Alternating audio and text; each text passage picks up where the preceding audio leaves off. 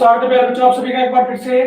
और ज्ञान विषय के लिए आज का एक और महत्वपूर्ण सेशन आपके लिए होने वाला है। तो फटाफट जल्दी से बच्चे क्लास को शेयर कर देंगे एक बार, ठीक है। जल्दी से सभी क्लास को शेयर कर दीजिए। और आज हम क्या करने वाले हैं, आज हम बेटे दो टॉपिक्स के ऊपर, ठीक है, टोटल दो टॉपिक्स के ऊपर हम क्या करने वाले हैं, अपनी क्लास रखने वाले हैं, ठीक है। हमने अपवर्तनांक की बात की थी और प्रिज्म की बात की थी। तो पहले प्रिज्म के ऊपर जो हमारा प्रिज्म का अपवर्तनांक था, प्रिज्म का अपवर्तनांक, ठीक है, इस पे मैं आपके लिए बनाएगा लेके आऊंगा। कौन सा फॉर्मूला अप्लाई होगा हमारा, n is equal to sine a plus delta m by 2 बटे साइन a बाई 2। ये फॉर्मूला हम यूज करेंगे। फटाफट से क्लास को शेयर कर देंगे। तो बात नहीं कर रहा नहीं बेटा, गुड मॉर्निंग। ये फॉर्मूला नोट कर लीजिए, ये वाली एडिट आने से इसका आंसर बनने वाला है।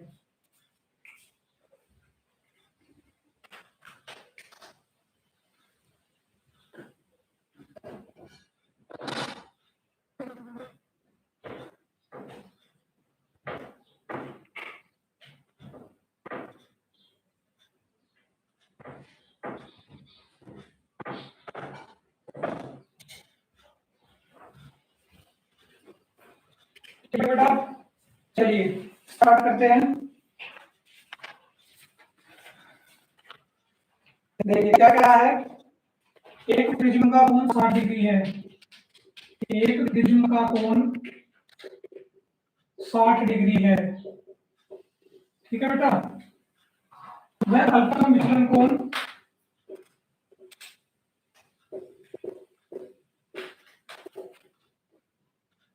विचलन कोण 38 डिग्री है। प्रिज्म पदार्थ का अपवर्तनांक ज्ञात करना बेटा, ठीक है। प्रिज्म पदार्थ का अपवर्तनांक ज्ञात कीजिए, ठीक है। और साइन इसमें दिया है 0.75 डिग्री। फटाफट से जल्दी से थोड़ा सा वेट और करते हैं बच्चों का, ज्यादा वेट नहीं करेंगे तो क्लास को स्टार्ट करेंगे बेटा, ठीक है। ज्यादा समय ना लगाते हुए क्लास को स्टार्ट करेंगे बेटा। जल्दी से भी क्लास को शेयर कर दीजिए।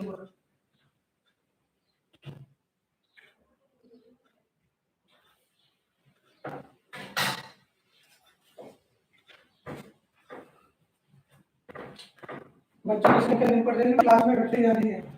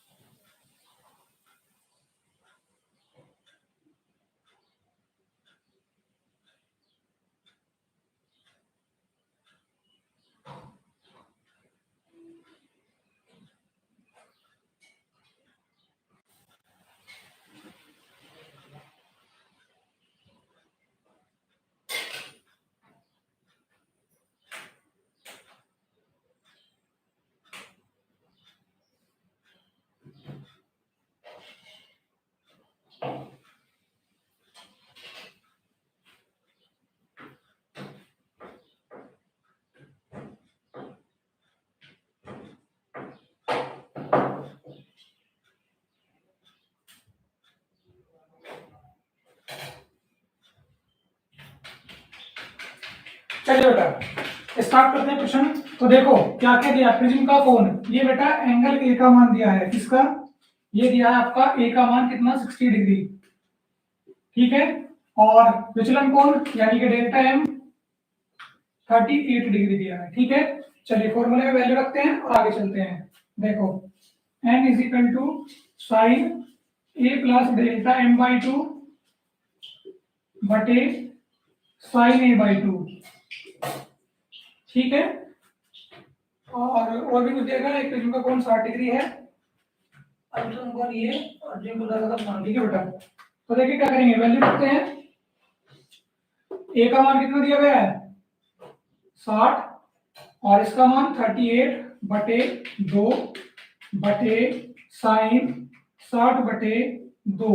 तो क्या हो जाएगा बेटा, देखिए 60 और 3 98, साइन 98 बटे 2 बटे साइन 30 बटे, देखो बेटा ये आ गया 30, ठीक है। n बराबर चल रहा है आपका, ठीक है। तो साइन 30 का मान क्या होता है, साइन 30 का मान होता है बेटा 1/2। कितना होता है 1/2, ठीक है। और 98 से आप इसको भाग करोगे कितना आएगा, n बराबर साइन 98 करो 2 चौक 8, ठीक है 2 चौक 8 और 1 बचा 2 नहीं 18, साइन 49 बटे 1/2 ये ऊपर आ जाएगा। तो n बराबर साइन 49 गुणा 2, ठीक है बेटा। अब देखिए साइन 49 का मान सवाल में दिया कितना 0.75, तो चूंकि साइन 49 बराबर 0.75, ठीक है, तो क्या हो जाएगा n बराबर 0.75 गुणा 2 यानी कितना आ गया बेटा 1.5, n बराबर 1.5 नोट कर लें।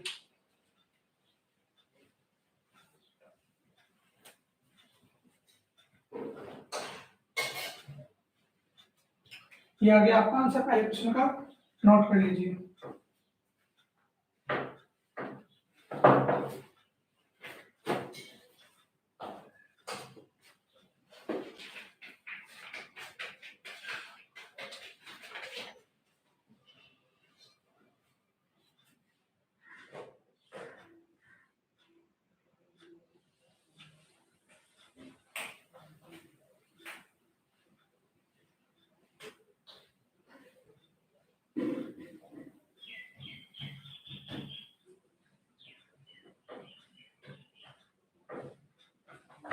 नोट हो गया, बस इतना इंटरेस्ट था बेटा तुम बच्चों का, ठीक है। शोभेंद्र कुमार नमस्ते बेटा। ये इंटरेस्ट था बेटा, 4-5 दिन आपने अपनी उपस्थिति दर्ज कराई और दिखाया कि हाँ भी हम पढ़ सकते हैं, उसके बाद में तुम सब गायब हो गए क्लास से, ठीक है बेटा, कोई बात नहीं। नोट कर लीजिए सवाल।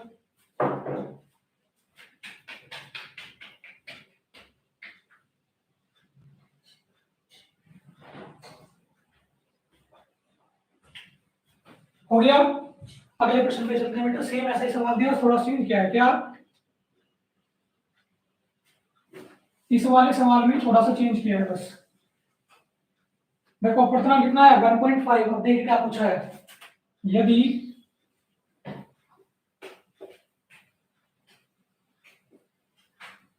वन पॉइंट फाइव अपर्तनांक वाले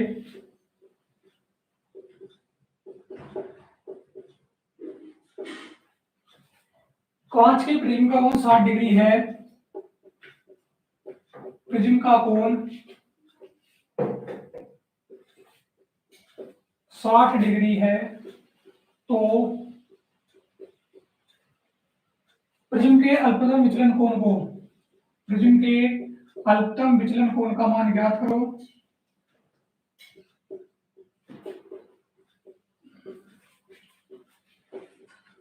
कोण का मान ज्ञात करो, ठीक है बेटा। और इसमें भी क्या दिया है, साइन 49 बराबर 0.75, ठीक है। चलिए आगे देखिए क्या कह रहा है, फॉर्मूला ये वाला लेना है, चेंज क्या आ गया इस बार, देखिए क्या चेंज आ गया इसमें फॉर्मूला में। देखो क्या दिया इसमें, इसने दिया है n = 1.5, a बराबर 60 डिग्री और साइन 49 बराबर ये, तो वैल्यू रखते हैं 1.5 sine a plus delta m by A, तो हमें क्या करना है, ये दिया हुआ है डेल्टा m ज्ञात करना है। तो देखिए क्या हो जाएगा, अब इसको a plus delta m by 2 ले लेते हैं, बटे क्या कर देते हैं साइन a बाई 2, a का मान कितना दिया है 60 डिग्री, 60 डिग्री बटे 2, तो कितना हो जाएगा साइन 30 डिग्री, कितना हो जाएगा बेटा साइन 30 डिग्री, ठीक है। साइन 30 का मान, क्योंकि साइन 30 बराबर 1/2, 1/2, तो क्या हो जाएगा 1.5 = sine A plus delta M by two, ठीक है, और साइन 30 का मान 1/2, बाहर से चीज गुना में आ जाएगी तो क्या हो जाएगा, sine A plus delta M by two is equal to 1.5 into 1/2, और 2 से 1.5 को डिवाइड करोगे तो बेटा कितना आएगा, 2 से 1.5 को डिवाइड करोगे तो आएगा 0.75, कितना आ जाएगा 0.75 से डिवाइड करके देख लो, sine A plus delta M by two, ठीक है बेटा, इज इक्वल टू कितना 0.75, ठीक है। अच्छा अब एक काम करेंगे, साइन 49 क्या होगा देखो, sine A plus delta M by two कितना हो जाएगा बेटा, A plus delta M by two हो जाएगा साइन कितना 49, क्योंकि 0.75 का मान कितना दिया है, 0.75 का मान दिया साइन 49, तो साइन 0.75 ने क्या कर दिया साइन 49, साइन से साइन कट गया बेटा, ठीक है, साइन से साइन कट गया, तो a plus delta M by two कितना हो गया, ये हो गया आपका 49, ठीक है, और दो इधर क्या होगा मल्टीप्लाई में, तो a plus delta m is equal to 49 दूनी 98, और a का मान कितना दिया है, a का मान दिया है 60, तो 60 प्लस डेल्टा एम बराबर 98, और डेल्टा एम बराबर कितना हो गया 98 माइनस 60 यानी कि 38 डिग्री, ठीक है, नोट कर लीजिए आंसर आ गया।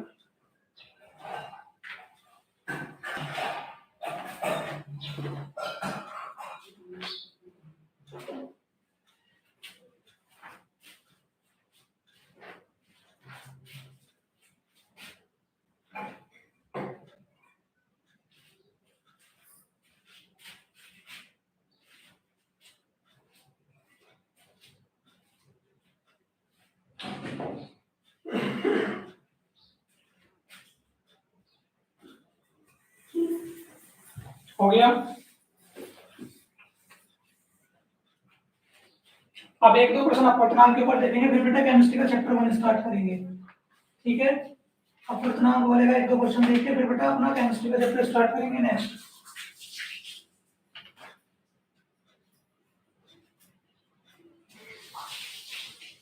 जल्दी से नोट करेंगे।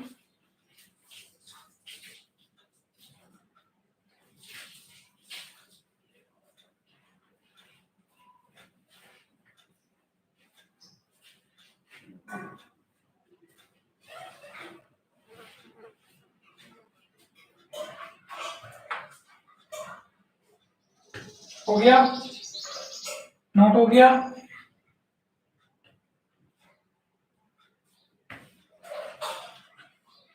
बेटा एक 2 नंबर के लिए सबसे मोस्ट इंपोर्टेंट क्वेश्चन कराने वाला हूँ, ठीक है, 2 नंबर के लिए सबसे मोस्ट इंपोर्टेंट क्वेश्चन आपका मैं कराने वाला हूँ, ठीक है, ध्यान से समझेंगे उसको।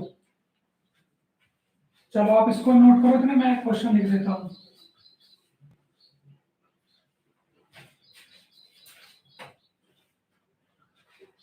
वायु के सापेक्ष जल व कांच के अपवर्तनांक,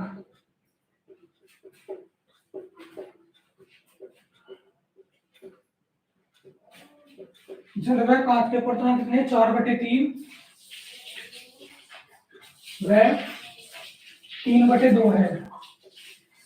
हमें क्या ज्ञात करना है, नंबर 1 ज्ञात करना है कांच के सापेक्ष जल का अपवर्तनांक, कांच के सापेक्ष जल का अपवर्तनांक, ठीक है बेटा, एक तो ये ज्ञात करना है, और दूसरा क्या ज्ञात करना है इसमें, सेकंड चीज हमें क्या निकालनी है इस प्रश्न में, जल के सापेक्ष कांच का अपवर्तनांक, ठीक है बेटा, ये हमारा प्रश्न हो गया।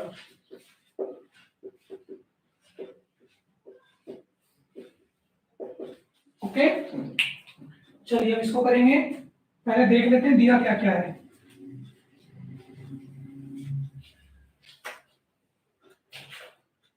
देखो क्या दिया है, वायु के सापेक्ष जल का अपवर्तनांक 4/3, तो AnW। अब आप बोलोगे AnW क्या होगा, तो देखिए बेटा A4 हो गया आपका एयर, और W4 वाटर यानी कि पानी यानी कि जल, वायु और जल, ठीक है। तो देखिए क्या कह रहा है, जिसके सापेक्ष होगा बेटा, जिसके सापेक्ष अपवर्तनांक होगा वो तो लिखा जाएगा ऊपर, जैसे कि वायु के सापेक्ष, तो वायु के सापेक्ष तो वायु लिखा ऊपर, और जिसका होगा जल का अपवर्तनांक है तो उसको लिखा है नीचे। जिसके सापेक्ष होगा उसको ऊपर और जिसका होगा उसको नीचे, जैसे कि वायु के सापेक्ष था तो वायु को लिखा ऊपर और जिसका था जल का तो जल को लिखा नीचे। ऐसे क्या है, वायु के सापेक्ष का ट्रांसफर ग्लास जी, ग्लास, ठीक है। तो देखिए क्या होगा, जो होगा ए एन जी कितना, एन डब्ल्यू कितना दे दिया 4/3, और फिर क्या कह रहा है 3/2, फिर क्या कह रहा है 5 के सापेक्ष, किसके सापेक्ष 5 के सापेक्ष। क्लियर नहीं है, एक मिनट चेक करता हूँ।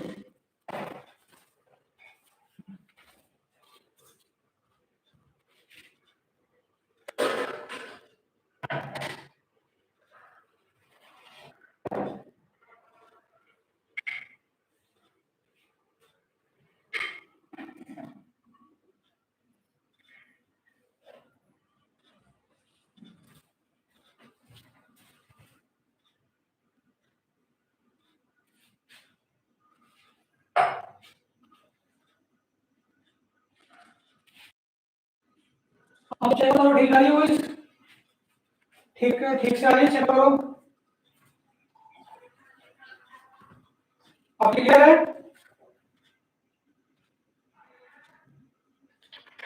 बेटा कमेंट करके बताइए वॉइस क्लियर आ रही है। नहीं, एक मिनट रुको तुम।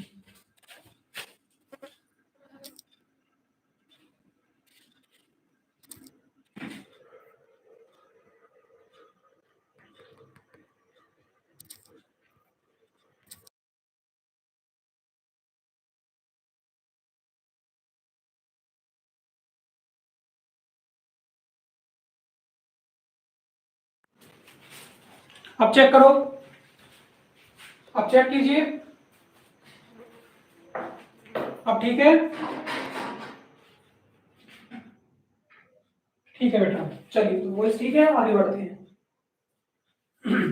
तो देखिए क्या कर रहा है, कांच के सापेक्ष, किसके सापेक्ष, कांच के सापेक्ष, मैंने कहा जिस सापेक्ष होगा उसको ऊपर, तो कांच क्या होगा जी, तो लिख दो जी, और जिसका निकालना है यानी कि जल का अपवर्तनांक, कांच के सापेक्ष किसका निकालना है, जल का, तो क्या करा है कांच को ऊपर ले, जिसके सापेक्ष निकालना है उसको ऊपर और जिसका निकालना है उसको नीचे, जल का अपवर्तनांक, तो जी एन डब्ल्यू, ठीक है। क्या लेंगे, जी एन डब्ल्यू आपको ज्ञात करना है, तो क्या करेंगे, इसमें क्या करेंगे पहले ए एन डब्ल्यू बटे ए एन जी, तो एन डब्ल्यू का मान कितना है 4/3 और इसका मान कितना है 3/2, इनकी गुना ऐसे हो जाएगी, तो 4×2 = 8/9, ठीक है बेटा। जी एन डब्ल्यू क्या आ जाएगा, जी एन डब्ल्यू हो जाएगा आपका 8/9,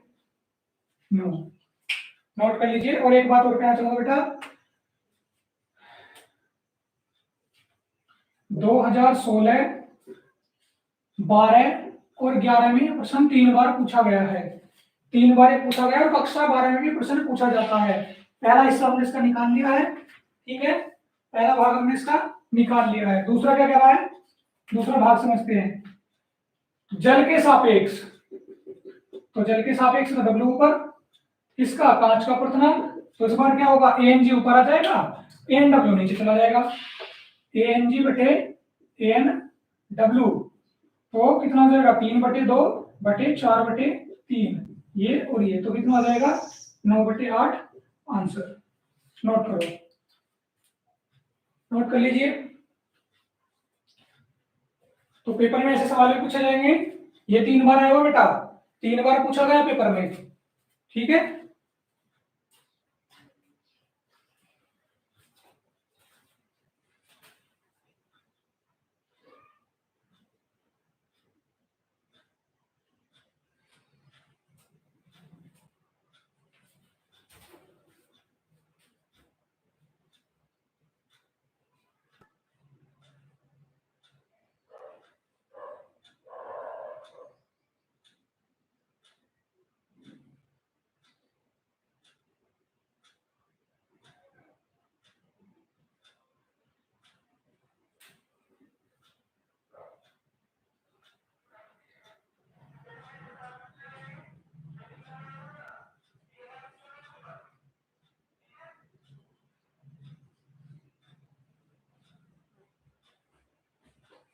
नोट हो गया। चलिए अगला प्रश्न देखिए बेटा, नेक्स्ट प्रश्न देखते हैं। चलिए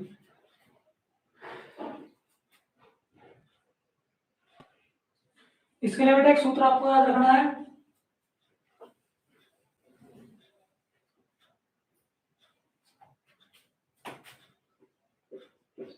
आवर्ती बराबर चाल बटे तरंग दैर्ध्य। ठीक है, ये फॉर्मूला नोट कर लें सभी। इस फॉर्मूले के ऊपर भी एक सवाल आ जाता है, अब देखिए कैसे आता है वो मैं आपको बताता हूँ। ठीक है,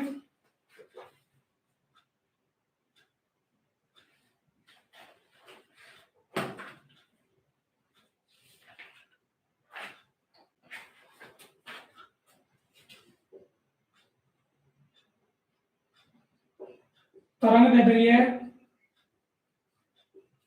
6600 एंगस्ट्रोम का लाल प्रकाश वायु से चलकर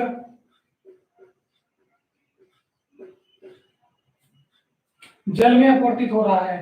ठीक है, जल में अपवर्तित हो रहा है। तो अभी क्या किया उसने, वायु में प्रकाश की चाल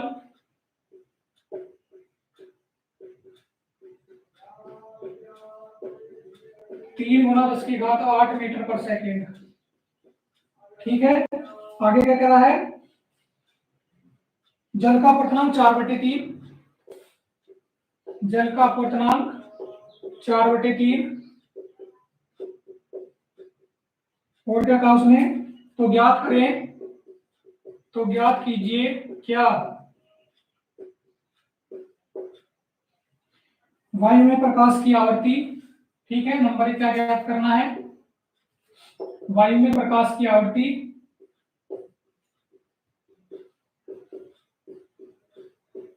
ठीक है। फिर क्या पूछा दूसरा, जल में प्रकाश की चाल, जल में प्रकाश की चाल। और नंबर 3, जल में प्रकाश तरंग दैर्ध्य।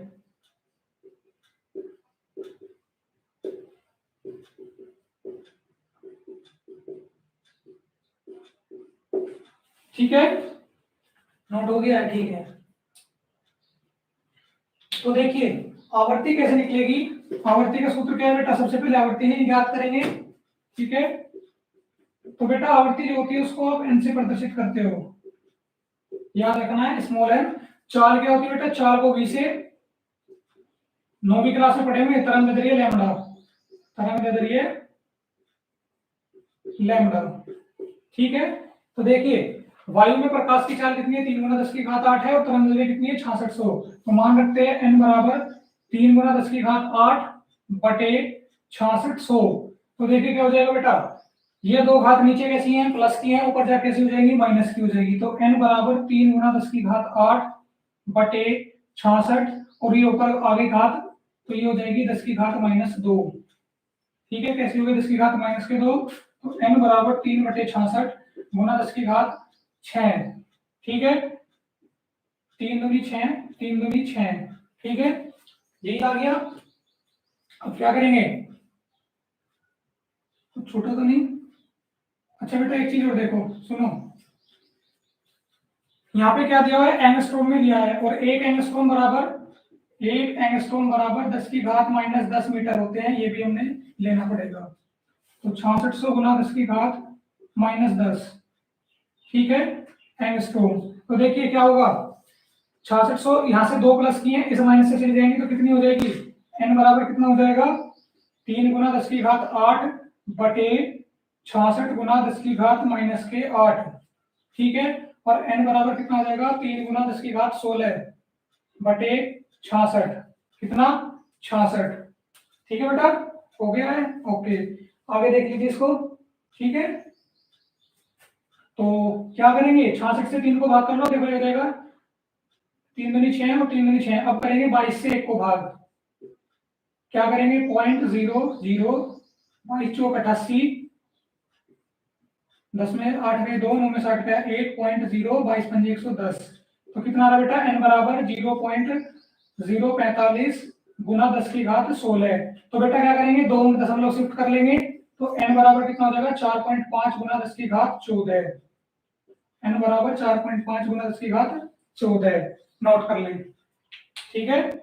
नोट करने से फटाफट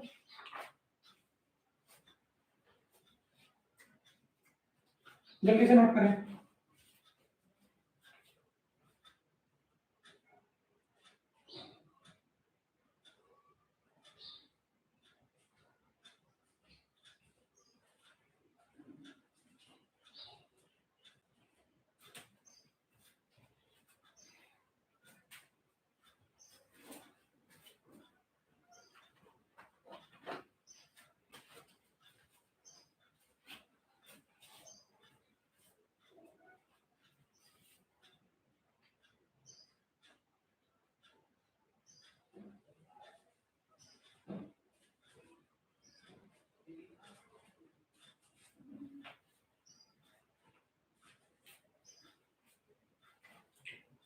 नोट कर लिया सभी ने?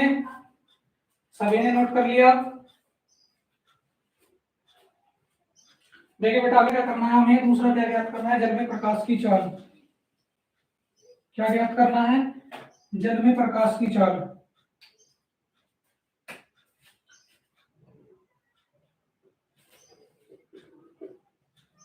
जल में प्रकाश की चाल,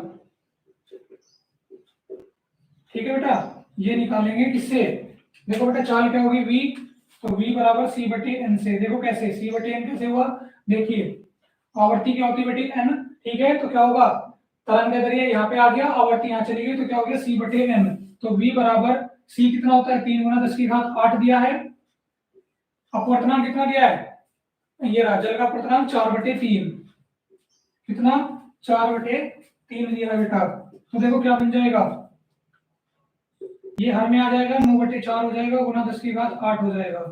4 से 9 को भाग कर लो, 4 दूनी 8, 1.0, 4 दूनी 8, 4 पंजे 20। तो कितना हो गया 2.25 गुना 10 की घात 8 मीटर पर सेकंड, ठीक है। समझ आ गया, ओके। अब क्या निकालना है, जल में प्रकाश की तरंग दैर्ध्य है, ठीक है। तीसरा क्या ज्ञात करना है, जल में प्रकाश की तरंग दैर्ध्य है। प्रकाश की तरंग दैर्ध्य,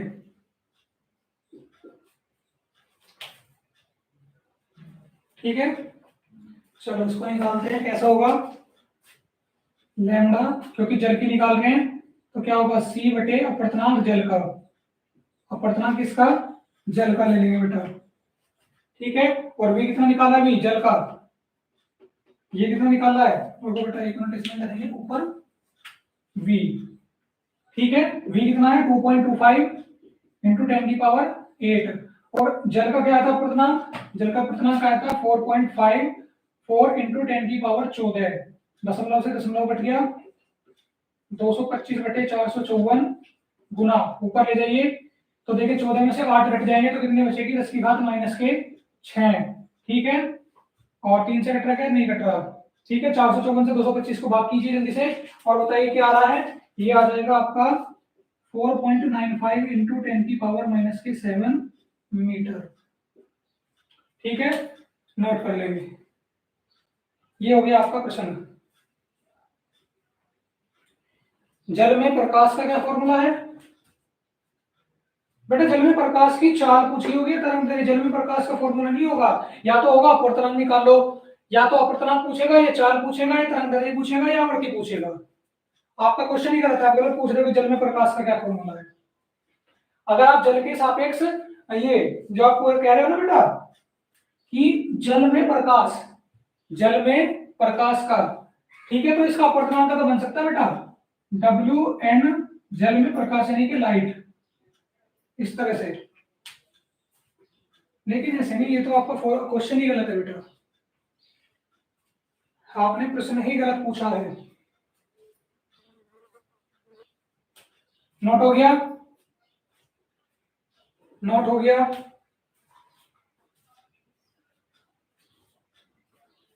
सभी ने नोट कर लिया?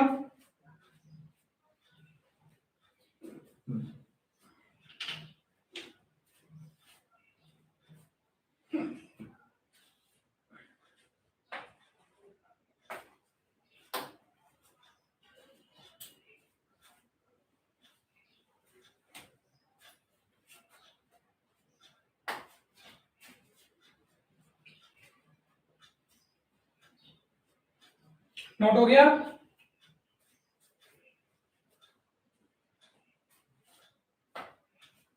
नोट कर लिया सभी ने? कितना समय लगेगा बेटे नोट करने में? कैसे सिलेबस पूरा करोगे फिर?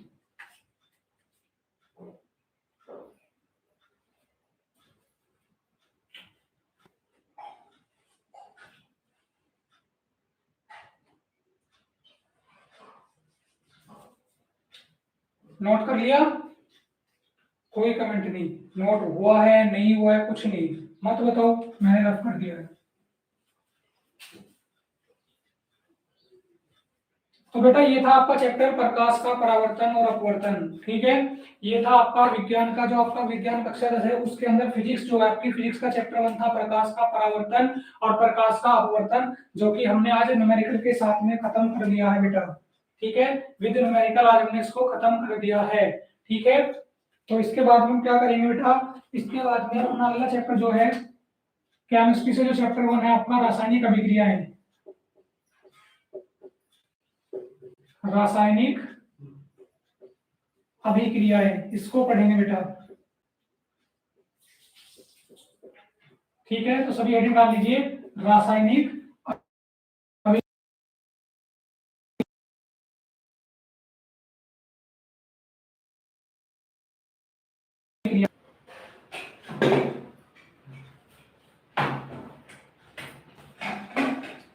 रासायनिक अभिक्रिया बेटा स्टार्ट करेंगे।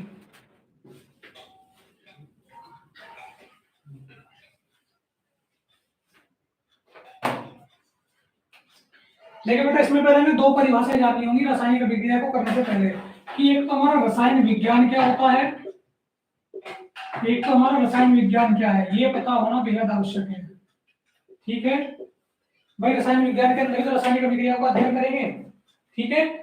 इसके अंतर्गत क्या करेंगे, इसके अंतर्गत तो रासायनिक क्या करेंगे, रासायनिक अभिक्रियाओं का अध्ययन करेंगे, और दूसरा हमें बताना चाहिए कि हमारी रासायनिक अभिक्रियाएं क्या होती हैं, ठीक है बेटा। तो देखिए क्या होता है हमारा रसायन विज्ञान, विज्ञान की वो शाखा, विज्ञान की वो शाखा जिसके अंदर क्या करेंगे, तत्वों का, पदार्थों का, इनके गुणों का और गैसों का अध्ययन करते हैं, ठीक है। क्या क्या बताया कि विज्ञान की वो शाखा जिसके अंतर्गत हम क्या पढ़ेंगे, तत्वों को पढ़ेंगे, पदार्थ को पढ़ेंगे, इनके गुणों को पढ़ेंगे, गैसों के बारे में पढ़ेंगे, तो वे क्या कहलाएंगे हमारे, वे हमारे क्या, वो ब्रांच कौन सी कहलाएगी, रसायन विज्ञान, ठीक है। तो देखिए परिभाषा लिखेंगे, विज्ञान की वह शाखा, विज्ञान की वह शाखा जिसके अंतर्गत, जिसके अंतर्गत तत्वों, पदार्थों, इनके गुण, यानी कि तत्वों के पदार्थों के गुण, या फिर ऐसे लिखिए तत्व व पदार्थ के गुण, तत्व व पदार्थ के गुण व गैसों का अध्ययन किया जाता है,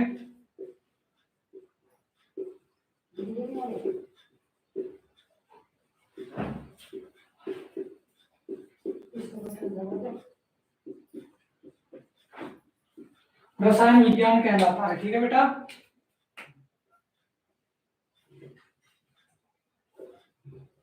रसायन विज्ञान कहलाता है, नोट कर लेंगे सभी।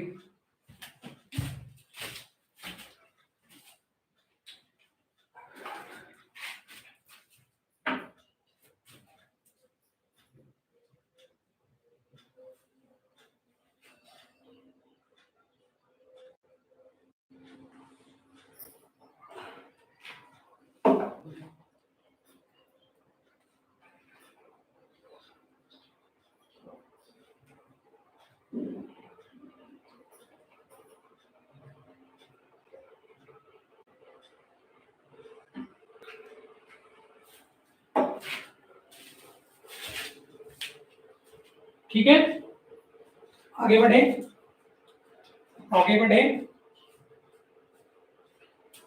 देखो इसके बाद में अगली परिभाषा जो आपको जाननी बेहद जरूरी है वो होगी आपकी रासायनिक अभिक्रियाएं। कौन सी बेटा?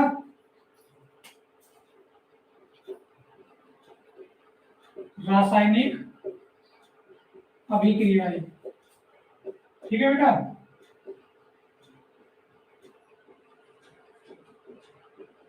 देखो इसको मैं आपको दूसरे तरीके से समझाता हूं जो आपको अच्छे से क्लियर हो जाए।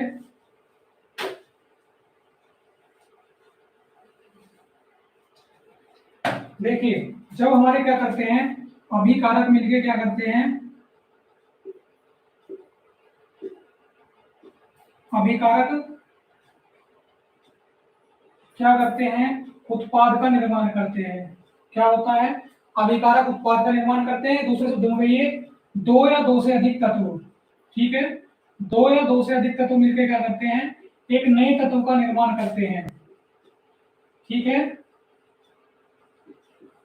क्या कहा है कि भाई क्या होगा, जब हमारे दो या दो से अधिक तत्व क्या करेंगे, मिलकर एक नया तत्व बनाएंगे तो वो क्या कहलाएगा, वो कहलाएगा रासायनिक अभिक्रिया। ठीक है, ये पूरा क्रम, ये पूरा प्रोसेस क्या कहलाएगा, रासायनिक अभिक्रिया कहलाएंगे। ठीक है, जब अभिकारक से या तो उत्पाद बने या दो से अधिक तत्व मिलकर क्या करें, नया तत्व बनाए, तो वो क्या कहलाएगी, रासायनिक अभिक्रिया कहलाएगी। जैसे फॉर एग्जाम्पल देख लीजिए, आपके घर का एग्जाम्पल लेते हैं। आप सुबह मॉर्निंग में उठते हो तो घर पे क्या होता है, दूध लिया जाता है, चाय पत्ती ली जाती है, ठीक है बेटा, चाय पत्ती ली जाती है, प्लस चीनी ली जाती है और प्लस पानी लिया जाता है। नॉर्मल तो ये चीज होगी, और तो लोग पता नहीं क्या क्या, लौंग अदरक पता नहीं क्या क्या इलायची डालते हैं, तो फिर क्या बनता है, चाय। क्या बनता है बेटा, चाय बनता है। तो इसको भी आप रासायनिक अभिक्रिया के तौर पे समझ सकते हो कि भाई क्या हो रहा है, ये सब क्या हो गए, तत्व हो गए, अभिकारक हो गए, उनसे मिलकर क्या बन रहा है, नया तत्व बन रहा है, तो ये क्या कहलाएगी, रासायनिक अभिक्रिया कहलाएगी। समझ आ गया सभी को? सभी को क्लियर हो गया कि रासायनिक अभिक्रिया क्या होती है, कि भाई जब हमारे क्या होंगे, कुछ कुछ तत्व आपस में मिलकर क्या करेंगे, नया तत्व बनाएंगे, तो वो क्या कहलाएगा, रासायनिक अभिक्रिया कहलाएगा। क्या कहलाएगा, रासायनिक अभिक्रिया कहलाएगा। ठीक है, क्लियर हो गया? चलो तो अब इसकी परिभाषा लिख लेते हैं और फिर एक इसमें एग्जांपल भी दे देंगे और फिर आगे बढ़ेंगे। ठीक है, चलिए बेटा, जब दो या दो से ज्यादा, दो या दो से अधिक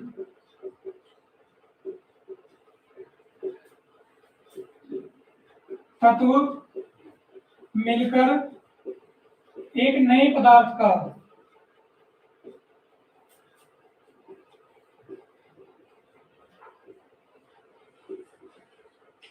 निर्माण करते हैं,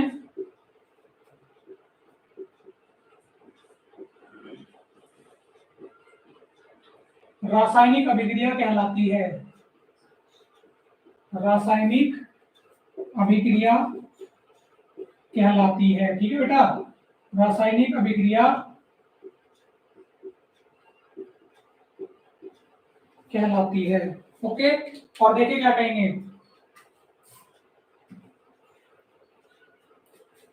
वह तत्व जो नए तत्वों का निर्माण करते हैं, नए तत्वों का निर्माण करते हैं, क्या कहलाएंगे, अभिकारक कहलाते हैं। ठीक है, निर्माण करते हैं, अभिकारक कहलाते हैं। ठीक है बेटा, अभिकारक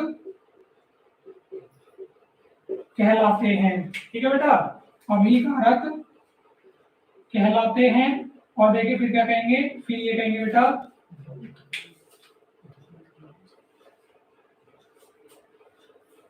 बनने वाले नए तत्वों को, बनने वाले नए तत्वों को, नए तत्वों को उत्पाद कहते हैं। ठीक है, बनने वाले नए तत्वों को उत्पाद कहते हैं। ठीक है बेटा, आज नया चैप्टर स्टार्ट हुआ, जो बच्चे नहीं है बेटा उनका छूट जाएगा। बनने वाले नए तत्वों को उत्पाद कहते हैं।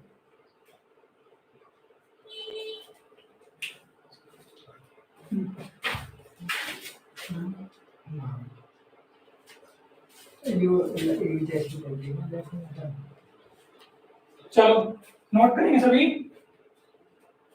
नोट कर लेंगे सभी। फटाफट नोट करेंगे फिर आगे बढ़ेंगे बेटा।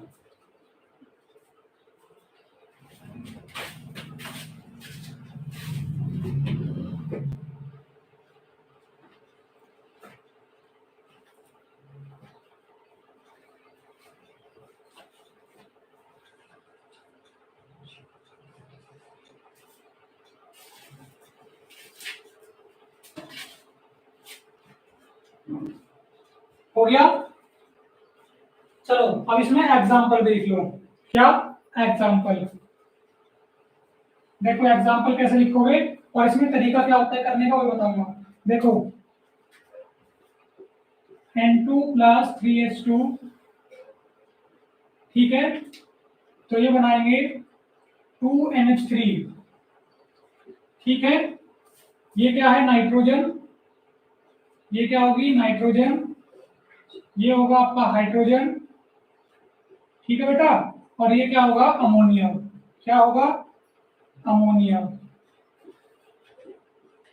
ठीक है। तो देखिए क्या कहेंगे, ये दोनों हमारे क्या हैं? अभिकारक।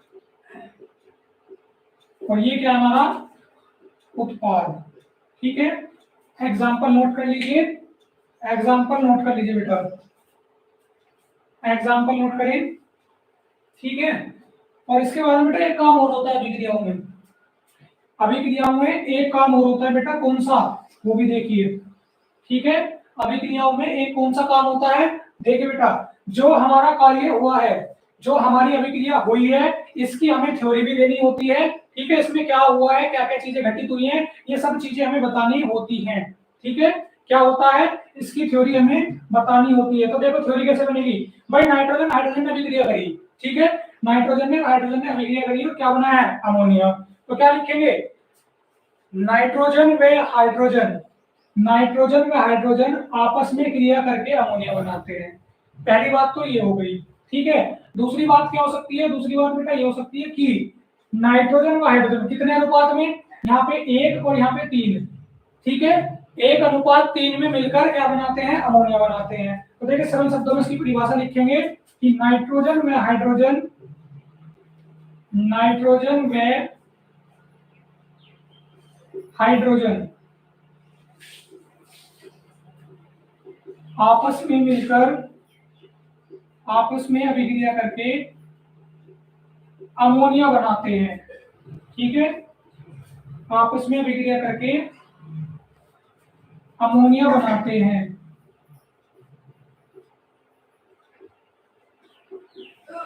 ठीक है। चलो नोट कर लीजिए। और इसके बाद में फिर मैं आपको अगला टॉपिक पढ़ाता हूँ, संतुलित रासायनिक अभिक्रिया। ये बहुत ही महत्वपूर्ण है बेटा, क्योंकि पेपर में 4 नंबर में पूछी जाएगी रासायनिक अभिक्रिया संतुलित करनी। और सबसे बड़ी बात यह है कि कक्षा 12 के विद्यार्थियों को भी रासायनिक अभिक्रिया संतुलित करनी नहीं आती। उनका दुर्भाग्य है कि उनको पता ही नहीं रासायनिक अभिक्रिया कैसे संतुलित होती है, ठीक है।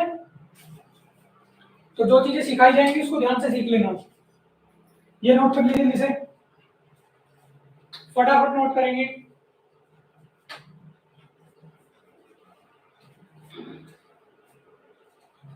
नोट हो गया? नोट हो गया?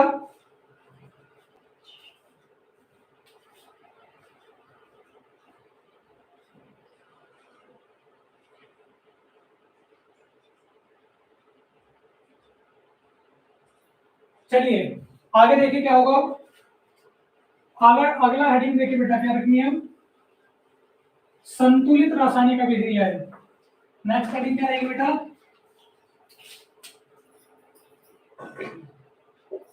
संतुलित रासायनिक अभिक्रिया, ठीक है बेटा। तो देखिए संतुलित रासायनिक अभिक्रिया कौन सी होती है, एक एग्जांपल से समझते हैं बेटा। 2MO + O,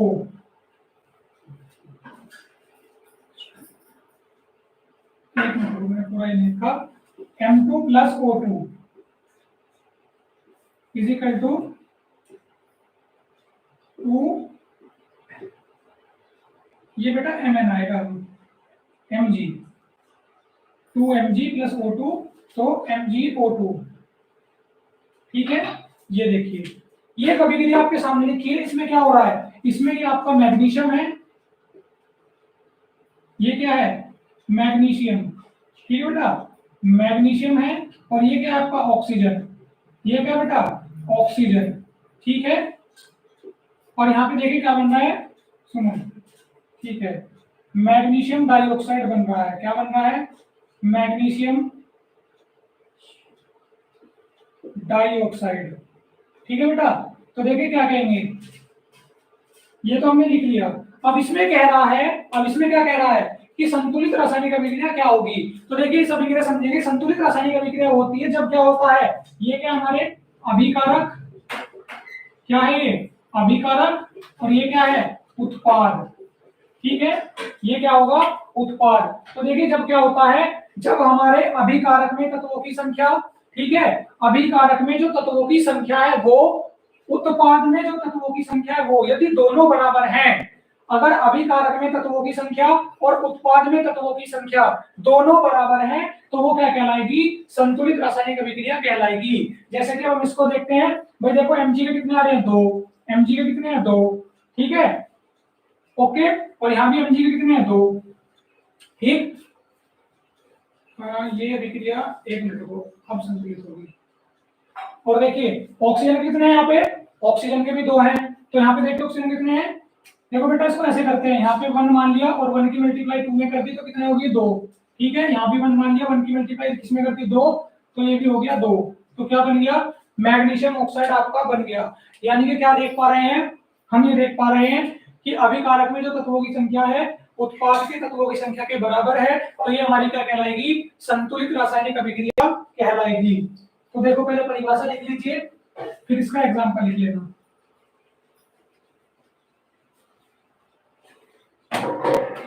देखो वह अभिक्रिया जिसमें जिसमें अभिकारक के तत्वों की संख्या, अभिकारक के तत्वों की संख्या, बेटा अभिकारक के तत्वों की संख्या उत्पाद के तत्वों की संख्या के बराबर हो, तत्वों की संख्या के बराबर हो, ठीक है, बराबर हो, संतुलित रासायनिक अभिक्रिया कहलाती है, संतुलित रासायनिक अभिक्रिया कहलाती है।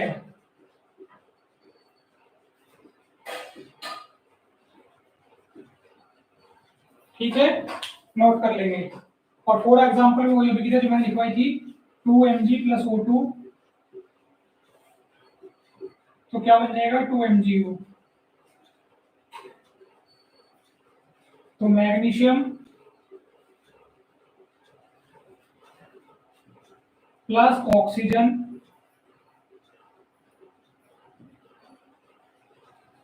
मैग्नीशियम ऑक्साइड,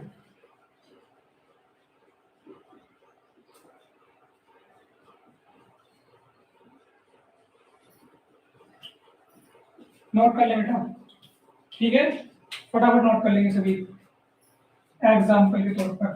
और अब देखेंगे रासायनिक अभिक्रिया संतुलित कैसे करते हैं, ठीक है, रासायनिक अभिक्रिया संतुलित कैसे करते हैं वो देखेंगे बेटा, ठीक है, अब उसको जानेंगे कि अभिक्रिया संतुलित कैसे होती है, ठीक है, नोट करिए इसको जल्दी से।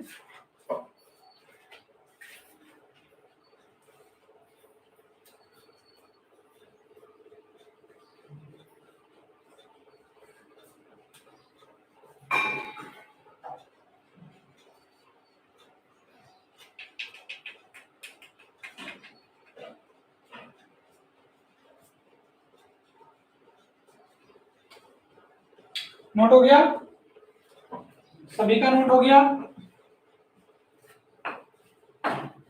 चलो आगे देखिए क्या करते हैं। संतुलित रासायनिक अभिक्रिया में मैं आपको एक एग्जांपल देता हूं, ठीक है, फॉर एग्जांपल नोट करते हैं।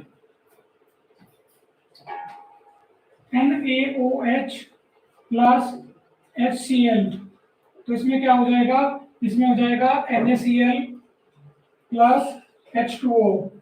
ठीक है, तो देखो बेटा NaOH क्या होता है, सोडियम हाइड्रोक्साइड, सोडियम हाइड्रोक्साइड। देखो बेटा नाम कैसे बना, मैं आपको नाम बना के बता देता हूँ कैसे नाम बनते हैं। देखो जहां भी OH समूह आता है, OH समूह आता है, वहां पे हाइड्रोक्साइड लग जाता है। क्या लग जाता है, हाइड्रोक्साइड। ठीक है, तो देखिए Na क्या होता है, सोडियम, Na क्या होता है सोडियम, और OH लगे तो क्या हो गया, हाइड्रोक्साइड। ठीक है, इसको नीचे लिख लेते हैं क्योंकि फिर इसकी जगह नहीं बचेगी, हाइड्रोक्साइड। ठीक है, और साथ ही साथ में बेटा क्या, H क्या होता है आपका हाइड्रोजन, और C होता है आपका क्लोराइड। तो क्या बन गया नाम इसका, हाइड्रोजन क्लोराइड। मिलके क्या बना रहे हैं, NaCl। तो Na क्या है सोडियम, Na क्या है सोडियम, और देखिए Cl पे क्या लगता है, Cl पे लगता है क्लोराइड, तो क्या बन गया, सोडियम क्लोराइड इसका नाम हो गया, सोडियम क्लोराइड। ठीक है, और H2 हो गया आपका जल। तो हमें देखना है कि रासायनिक अभिक्रिया संतुलित भी है या नहीं है। अभी तक हम इसको देख के मान लीजिए नहीं पता लगा पा रहे कि हमारी अभिक्रिया संतुलित है या नहीं है। तो देखो बेटा पता करने का तरीका, पता करने का तरीका देखिए, पहले लिखेंगे तत्वों के नाम, तत्वों के नाम। ठीक है, फिर क्या लिखेंगे, अभिकारक में तत्वों की संख्या, अभिकारक में तत्वों की संख्या। ठीक है बेटा, तत्वों की संख्या। फिर क्या करेंगे, उत्पाद में तत्वों की संख्या, उत्पाद में तत्वों की संख्या। ठीक है, तत्वों की संख्या। इसकी बात कर लेते हैं कि ये क्या होगा। ठीक है बेटा, तो देखिए तत्व कौन कौन से, एक तो आपका N आ रहा है, Na तत्व कौन सा है, तो Na आ रहा है सोडियम। ठीक है, क्रम संख्या में डाल लो, जब डालना चाहते हो क्रम संख्या। तो नंबर 1 पे क्या है, सोडियम। नंबर 2 पे ले लो O, नंबर 3 पे क्या ले लो, H ले लो, नंबर 4 पे क्या ले लो, Cl ले लो। ठीक है, तो क्या करना है, अब देखना है अभिकारक कौन से, ये दोनों। इसमें सोडियम कितना है, एक, कितना है, एक लिख दो। उत्पाद में देखो कितना सोडियम है, एक, आगे तो कहीं नहीं आ रहा, एक लिख दिया। ओ कितना है यहाँ पे, एक, और यहाँ भी ओ कितना है, एक, तो इधर भी एक, इधर भी एक। एच कितना है, एक ही है, एक ही है, कितना हो गया, दो। यहाँ कितने हैं, एच के दो। ठीक है बेटा, Cl देखो यहाँ भी एक और यहाँ भी एक, तो एक एक। ठीक है, अब अपनी परिभाषा पढ़िए। अब परिभाषा में क्या थी, वह अभिक्रिया जिसमें क्या हो, जिसमें अभिकारक के तत्वों की संख्या उत्पाद के तत्वों की संख्या के बराबर हो, संतुलित रासायनिक अभिक्रिया कहलाती है। तो चेक करिए, Na के एक एक, O का एक एक, H के दो और दो, Cl का एक और एक। ठीक है, तो ये क्या हो गई आपकी संतुलित रासायनिक अभिक्रिया। इस तरह से देखते हैं कि अभिक्रिया संतुलित है या नहीं है। आप बताइए कमेंट करके किसकी समझ में नहीं आया, कमेंट करके बताइए किसकी समझ में नहीं आई बात, बताइए बेटा।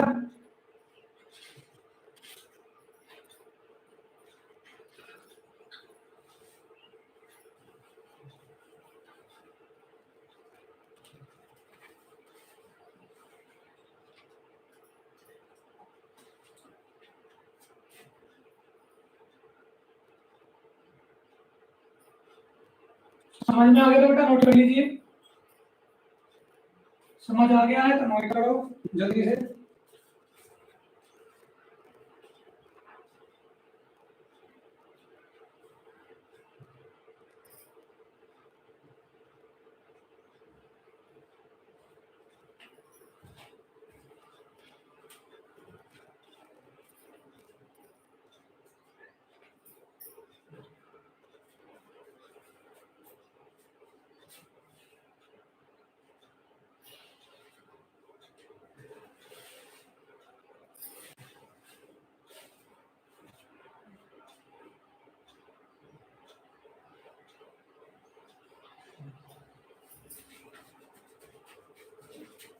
नोट हो गया, चलिए अभी एक और अभिक्रिया देख लेते हैं, ऐसी एक और ऐसी अभिक्रिया, उसको देखेंगे संतुलित है या नहीं है। देखिए C12H22O11, इसकी अभिक्रिया कर देंगे जल से, तो क्या बन जाएगा, C6H12। ठीक है, C6H12O6। C6H12O6, C6H12O6। ठीक है, तो देखिए बेटा, इसका नाम क्या होता है? इसका नाम होता है सुक्रोज। क्या होता है इसका नाम? सुक्रोज। ये होता है जल, ये होती है ग्लूकोज C6H12O6, और ये क्या होता है? फ्रक्टोज। क्या होता है? फ्रक्टोज। ठीक है, अब जल्दी से सभी चेक करके बताइए ये अभिक्रिया संतुलित है या नहीं। कमेंट में बताइए जल्दी से, कमेंट में आंसर दीजिए अभिक्रिया संतुलित है या नहीं है। फटाफट से कमेंट में आंसर दीजिए ये अभिक्रिया संतुलित है भी या नहीं भी है। ठीक है, ये क्या है? हमारी अभिक्रिया संतुलित है या नहीं है, बताइए।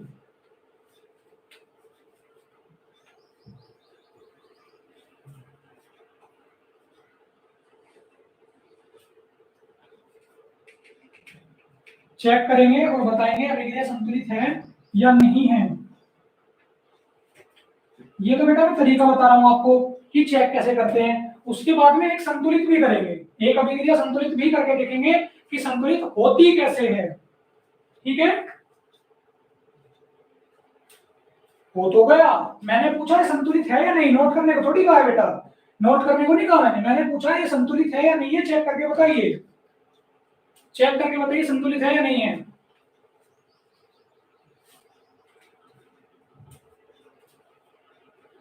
सभी बच्चे चेक करें इसको और बताएं कि अभिक्रिया संतुलित है भी या नहीं भी। बताइए प्यारे बच्चों, यह अभिक्रिया संतुलित होगी या नहीं होगी।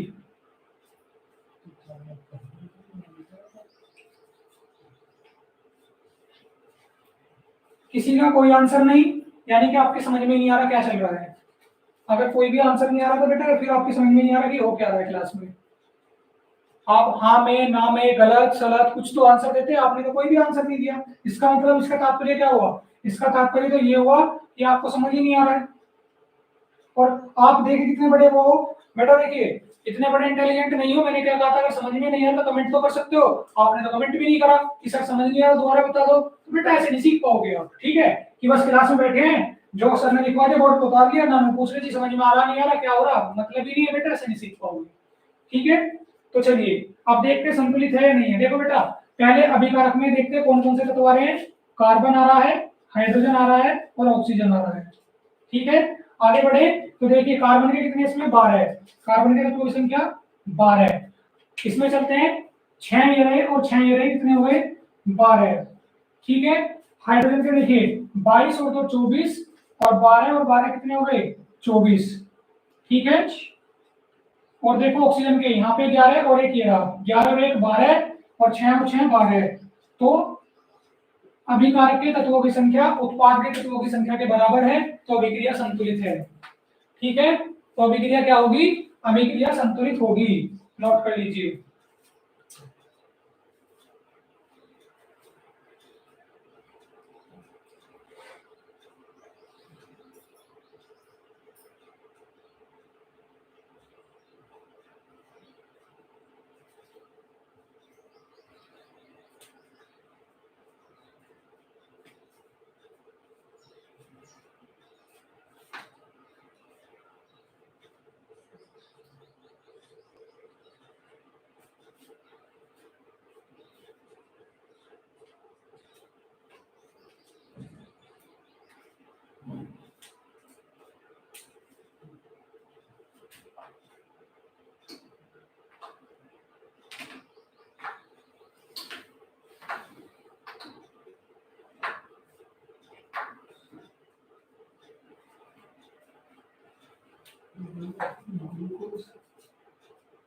बेटा ये आपका सुक्रोज, ये ग्लूकोज, ये फ्रक्टोज।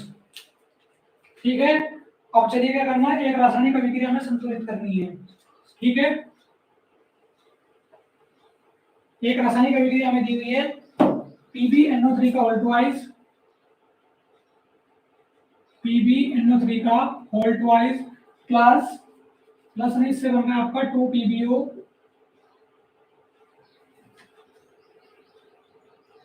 प्लस के NO2 और प्लस के O2। ठीक है बेटा, अब हमें कहा गया है कि इस अभिक्रिया को संतुलित करके देखना है कि संतुलित है या नहीं। पहले तो तत्वों की संख्या पीबी आ रहा है यानी कि लेड, एन आ रहा है और ओ आ रहा है। ठीक है, कितनी मात्रा में आ रहा है वो देख लेते हैं। देखो पीबी कितना है, पीबी नहीं है, अच्छा बेटा 2 पीबीओ है, ये आपका 2 पीबीओ है।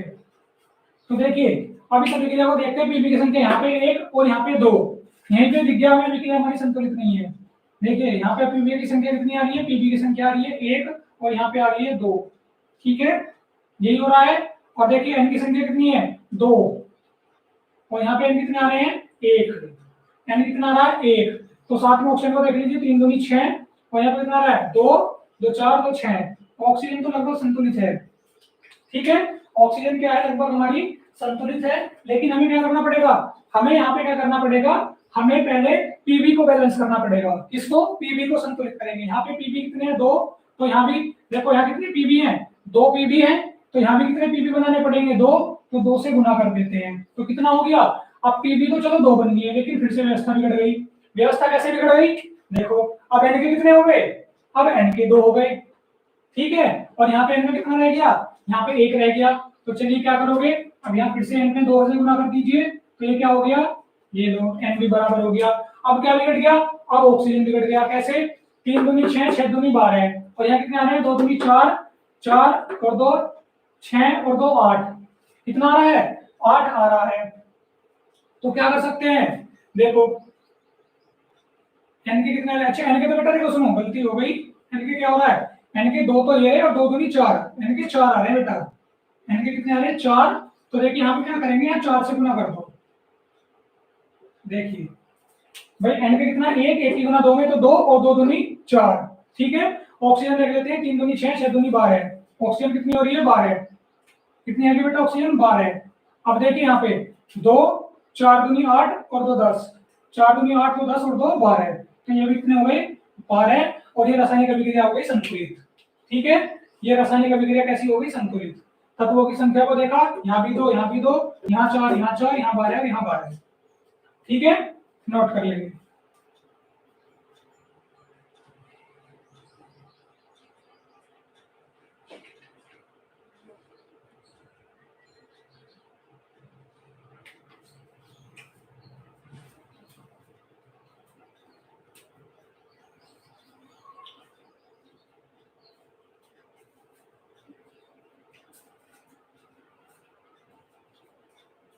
समझ आ गया सभी को।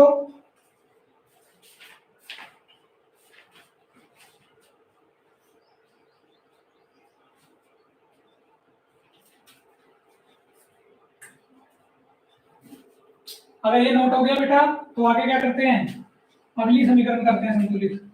देखिए क्या दिया है, BaCl2 प्लस H2SO4 और इससे क्या बन रहा है आपका BaSO4 प्लस HCl बन रहा है। इस अभिक्रिया को संतुलित के लिए कहा जाएगा कि संतुलित कीजिए। तो देखो कैसे होगी, देखते हैं तत्वों की संख्या, Ba आ रहा है, Cl आ रहा है, H आ रहा है, ठीक है, और साथ में SO4 ले लो। ठीक है, तो देखिए Ba कितना है, यहाँ पे Ba 1 है, यहाँ भी 1 है, ओके। Cl यहाँ पे 2 है, यहाँ पे 1 है, चलो Cl संतुलित करना पड़ेगा। Ba 1, ये भी 1, Cl कितने हैं यहाँ पे 2, तो ये भी संतुलित करने पड़ेंगे 2। ठीक है, अब देखिए H के कितने आ रहे हैं 2, H का आ रहा है 2, ठीक है। SO4 कितने हैं, SO4 आपका आ रहा है बेटा कितना 1, यहाँ भी 1। तो देखिए क्या कर लेंगे,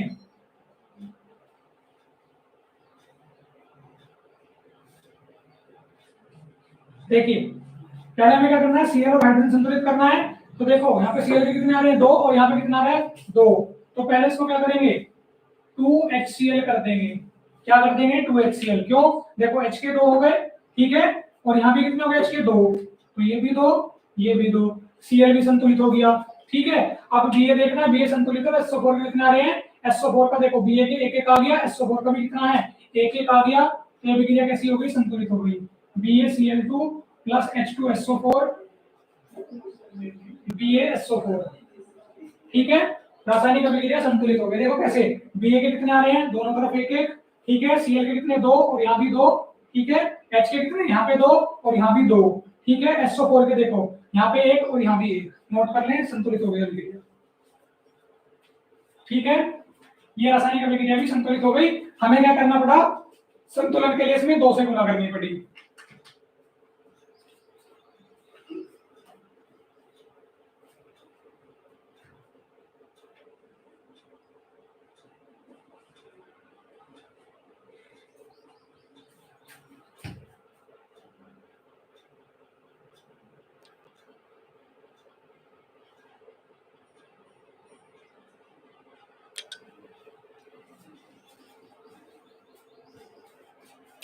हो गया नोट, हो गया।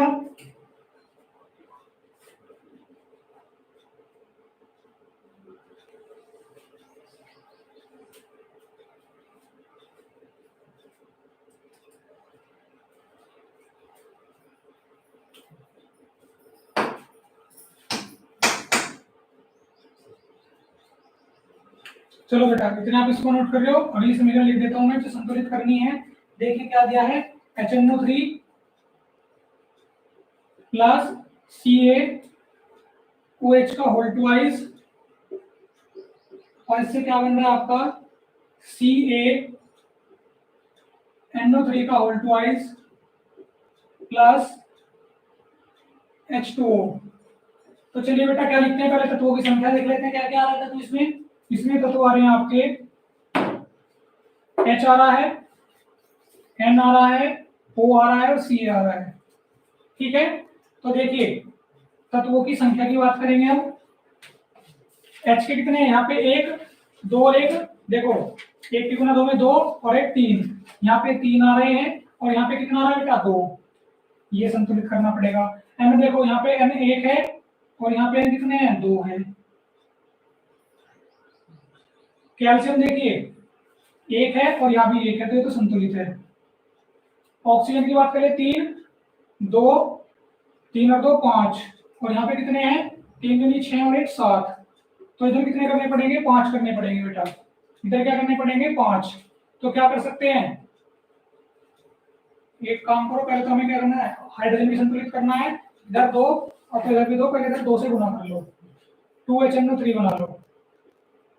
ठीक है, क्या बन गया 2HNO3, H बैलेंस हो गया। अब क्या बिगड़ गया बैलेंस में क्या बिगड़ गया, N के कितने यहाँ पे 1 N के 2 हो गए। ठीक है, यहाँ भी N के 2 हो गए, तो ये बात संतुलन में आ गई। ठीक है, O को देखते हैं कितने हो गए, हो गए 3 दूनी 6, 3 दूनी 6 और 2 8, 3 दूनी 6 और 1 7 आ रहा है। हाइड्रोजन बैलेंस करना है ना, तो यहाँ पे कर देते हैं कितना, अगर हम 2H2 करते हैं तो कितना होगा बेटा 4, और यहाँ पे क्या हो जाएगा 3HNO3 और 4 3। अच्छा देखो सुनो, गलती हो गई, 2 और 2 4। ठीक है बेटा, होल बैलेंस देखो, प्लस CaOH का होल ट्वाइस, CaOH का होल ट्वाइस, CaNO3 का होल ट्वाइस प्लस के 2H2O। देखो कैसे संतुलित हुई, पता कैसे चला कि संतुलित हो गई। देखो बेटा H के यहाँ पे कितने आ रहे हैं 2 और 2 4, H के कितने हो गए हैं, H के हो गए हैं 4, यहाँ पे देखो 2 दूनी 4, तो यहाँ पे H के कितने हो गए 4। ठीक है, N के कितने हो गए 2 और यहाँ पे N के 2, तो ये 2 और ये भी 2। O के कितने हो गए 3 दूनी 6 और 2 8, 3 दूनी 6 और 2 8। ठीक है, ये भी 8 और ये भी 8। कैल्शियम का 1 और कैल्शियम का 1 अभिक्रिया संतुलित हो गई बेटा, नोट कर लीजिए। ठीक है, इस तरह से आपको रासायनिक अभिक्रिया संतुलित करनी होती है। ठीक है, रासायनिक अभिक्रिया इस तरह से संतुलित होती है। उम्मीद करता हूँ आपको समझ में आ गई होगी। ठीक है, फिर एक दूंगा केवल आपको, एक होमवर्क में और कल आके पूछूंगा वो कितनी क्लियर हो गई है या नहीं हुई है।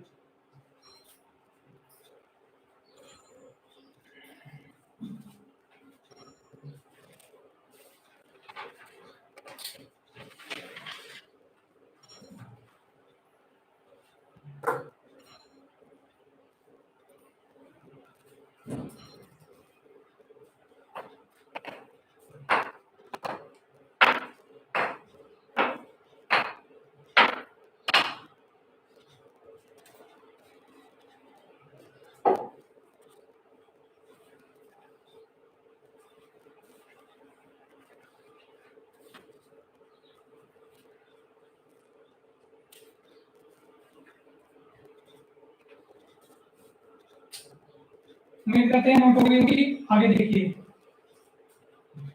ये आपका होमवर्क है। CaOH का होल ट्वाइस प्लस CO2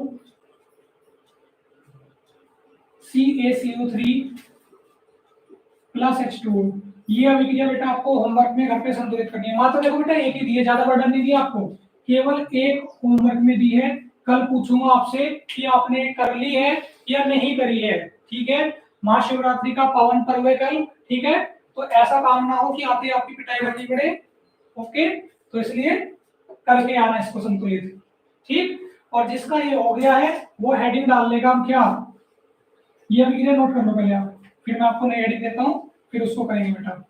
ये होमवर्क नोट कर लीजिए अपना, ये होमवर्क में आपको करके लेके आनी है, ठीक है। होमवर्क में इसको घर से करके लेके आओगे। ओके,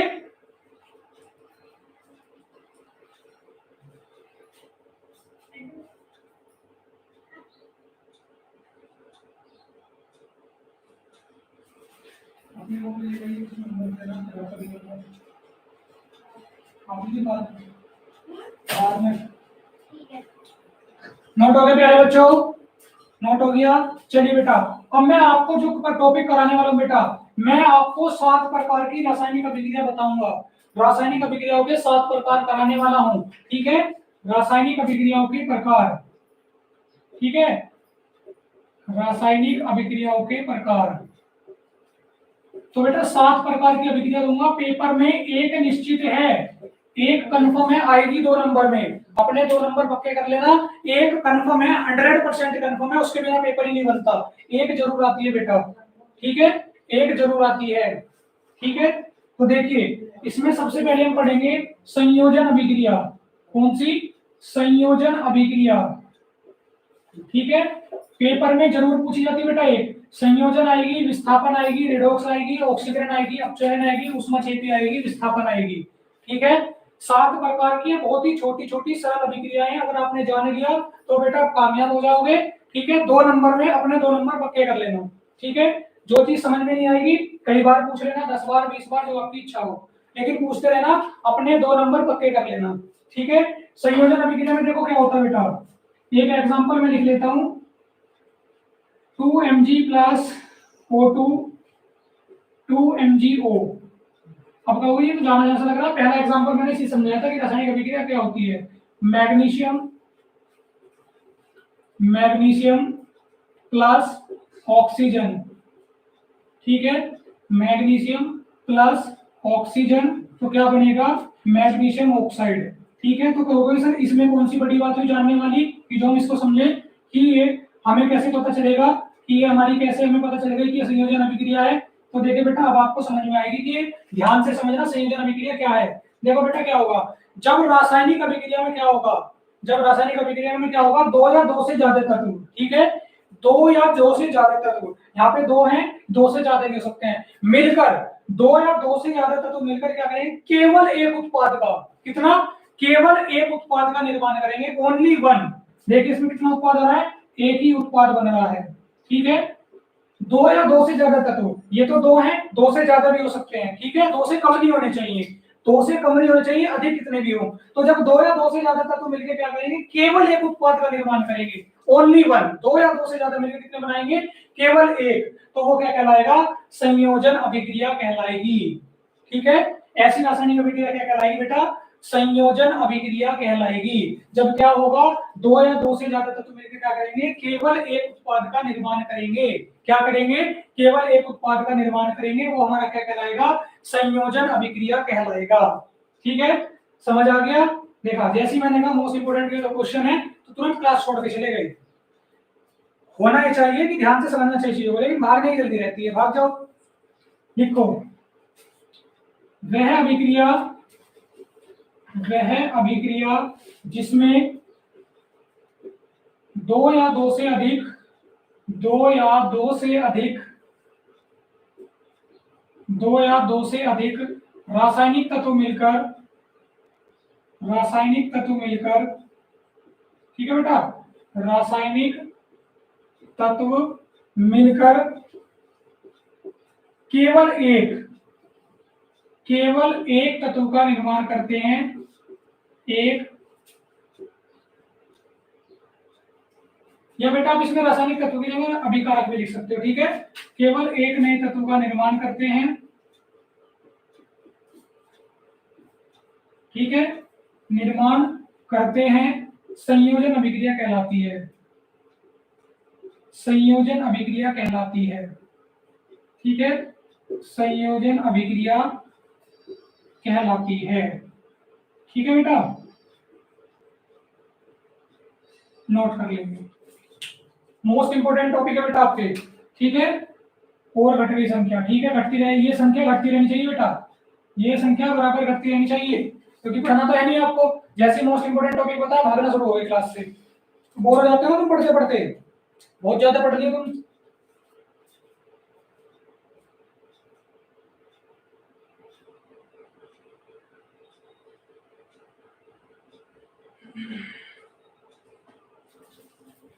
नोट करेंगे सभी।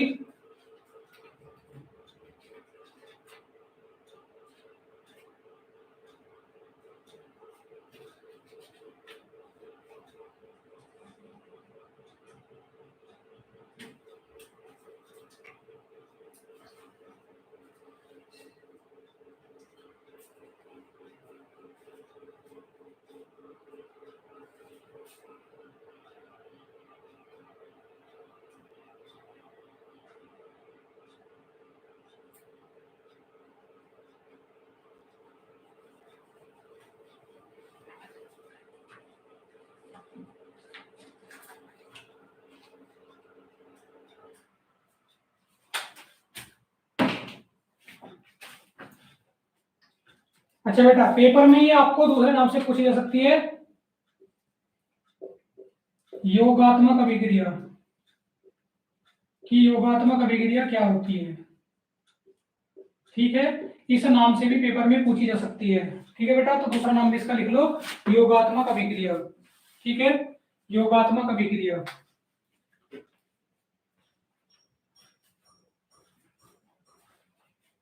और जिसका ये हो जाएगा बेटा वो हेडिंग डाल देगा अगली, विस्थापन अभिक्रिया।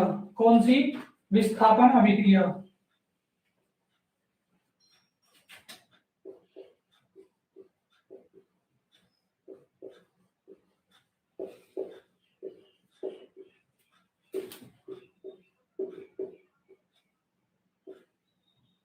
ये भी आपका मोस्ट इंपोर्टेंट टॉपिक, ठीक है।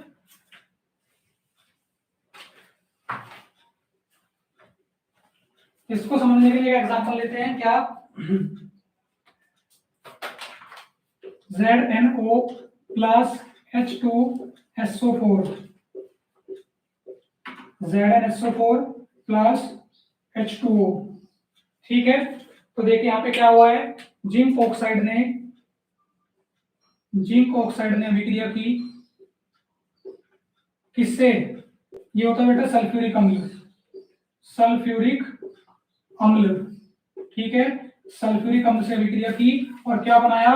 जिंक सल्फेट बनाया, जिंक सल्फेट, ठीक है, और साथ में क्या? जल, ठीक है बेटा। तो देखिए आप कहोगे सर इसमें कौन सी बात हुई समझने की, विस्थापन अभिक्रिया।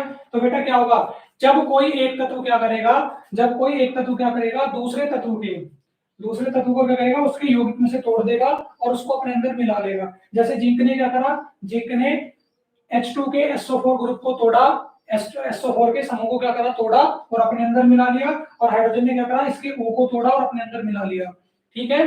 क्या हुआ है, जिंक ने क्या करा है, जिंक ने SO4 को तोड़ा और अपने अंदर मिला लिया, और O ने क्या करा है, इसने हाइड्रोजन ने क्या करा, O को तोड़ा और अपने अंदर मिला लिया। तो क्या कहेंगे, जब एक तत्व क्या करेगा, दूसरे तत्व को उसके यौगिक से विस्थापित कर देता है, विस्थापित मतलब अलग कर देता है। एक तत्व क्या कर रहा है, दूसरे तत्व को उसके यौगिक से अलग कर रहा है, तो वो अभिक्रिया क्या कहलाएगी, विस्थापन अभिक्रिया कहलाएगी, ठीक है बेटा। क्या कहलाएगी, विस्थापन अभिक्रिया कहलाएगी।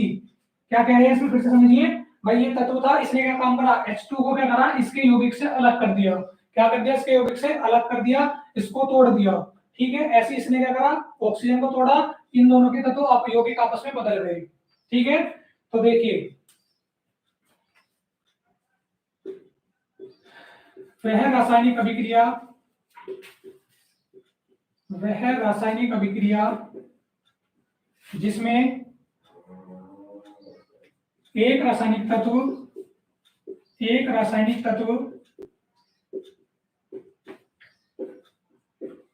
दूसरे रासायनिक तत्व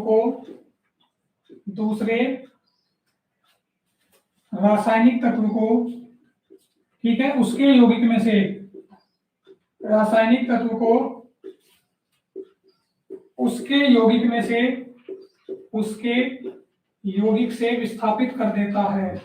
यौगिक से विस्थापित, ठीक है बेटा, यौगिक से विस्थापित के ब्रैकेट में लिख लेना अलग कर देता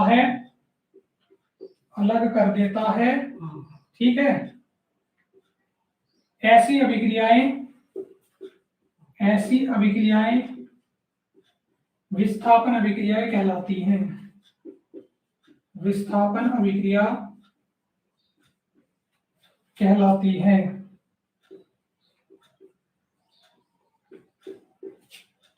ठीक है, नोट करेंगे सभी, नोट कर लेंगे बेटा सभी, नोट करेंगे सभी।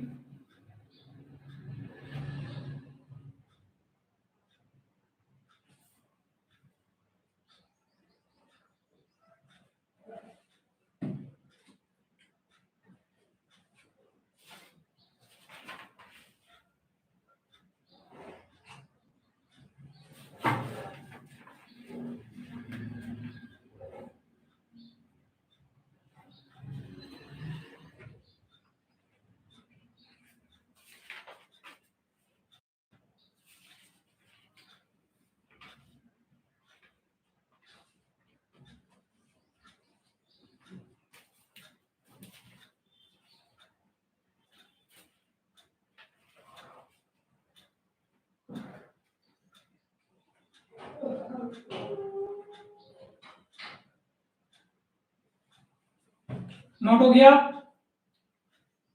नोट हो गया।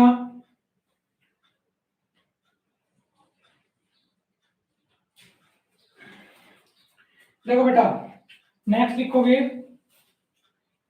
ये आज का लास्ट टॉपिक है बेटा, ठीक है, आज का लास्ट टॉपिक ऊष्माक्षेपी अभिक्रिया। ऊष्माक्षेपी अभिक्रिया। अब कहोगे ये क्या आ गई, ये कौन सी मुसीबत है? तो देखिए बेटा, इस मुसीबत से कैसे भी पार पाएंगे, देखिए।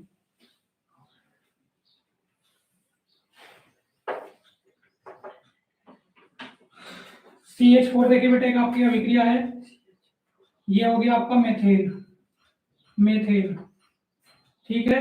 मेथेन की अभिक्रिया किससे हो रही है? ऑक्सीजन से। इसको बेटा प्राकृतिक गैस भी बोल देते हैं, प्राकृतिक गैस, मेथेन को, ठीक है। इसकी अभिक्रिया हुई और अभिक्रिया होकर क्या हो रहा है बेटा?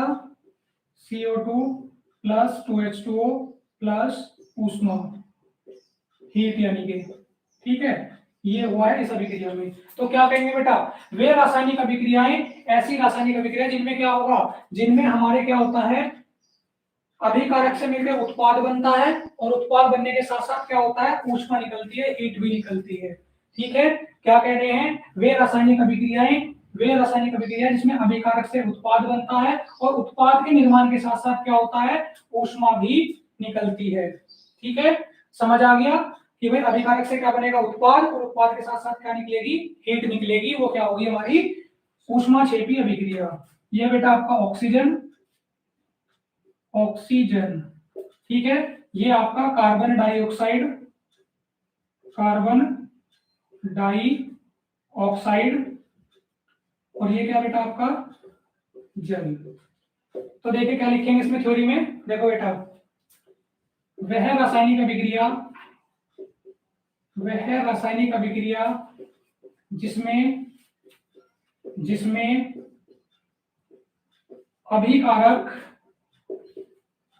अभिकारक से उत्पाद के निर्माण के साथ साथ, उत्पाद के निर्माण या अभिकारक से उत्पाद बनता है,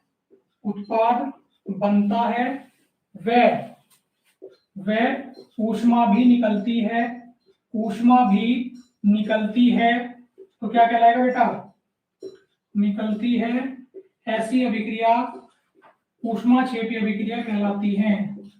ऐसी अभिक्रिया ऊष्माक्षेपी अभिक्रिया कहलाती है। ऊष्माक्षेपी अभिक्रिया कहलाती है। ठीक है। फॉर एग्जाम्पल ये एग्जाम्पल में क्या लिखोगे, प्राकृतिक गैस का दहन, प्राकृतिक गैस का दहन यानी कि प्राकृतिक गैस का जलना। देखो प्राकृतिक गैस जल रही है और ये बन रहा है। नोट कर लेना चाहिए बच्चे,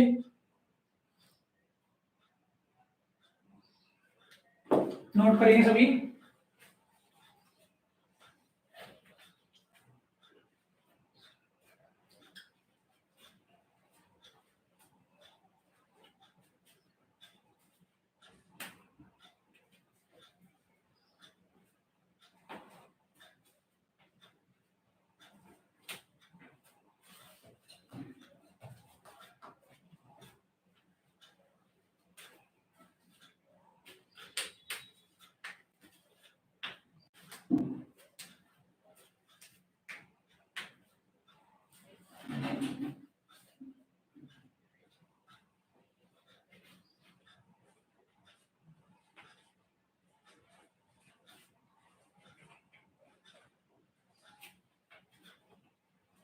नोट हो गया।